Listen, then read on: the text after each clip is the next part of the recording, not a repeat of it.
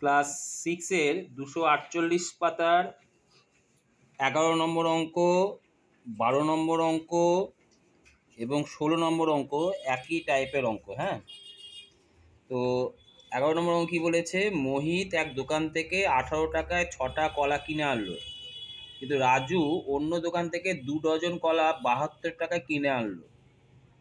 অনুপাতে প্রকাশ করে দেখি কে কলা বেশি টাকা দিয়ে কিনতে বেশি টাকা দিয়েছে।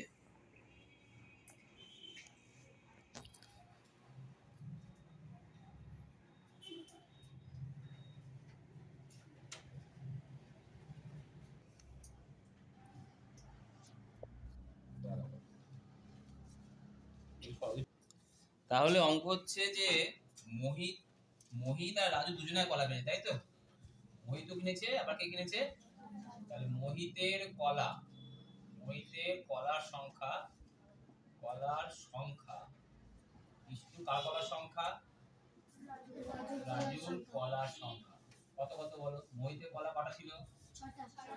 রাজুর কলা 24। কেন 2 ডজন, মানে লিখে নেবে আগে 2 ডজন সমান কত? 2 গুণিত 12টি এবং কটাটি? 24টি। এর অনুপাতকে ভগ্নাংশের আকারে লেখা যায়, তোমরা জানো। এটা দাও 1/4, কত হলো? 1:4। বুঝতে পারলে? তাহলে এটা কিসের সংখ্যার অনুপাত হলো? মোহিতের কলার সংখ্যা, রাজুর কলার সংখ্যার অনুপাত। আর কি বাকি থাকলো বলো দেখিনি এখনো? দাম, মূল্য।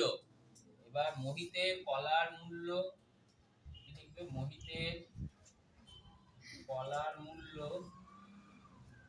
ইস্টু রাজুর কলার মূল্য সমান কত অনুপাত বলো? মোহিত কত টাকা দিয়ে কিনেছিল কলার টাকা? 18 টাকা। আর রাজু 72। আবার অনুপাতকে ভগ্নাংশের আকারে লিখবো, দিয়ে কাটাকাটি 1/4 কেটে গেলে কত হয়? 1:4। উত্তর কি লিখবে এবার? তাহলে দুজনে কি সমান অনুপাতে হয়েছে না হয়নি?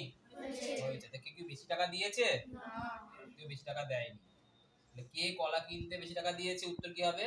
দুজনে সমান টাকা দিয়েছে। দুজনে সমান টাকা দিয়েছে। পারবে করতে নিজে নিজে?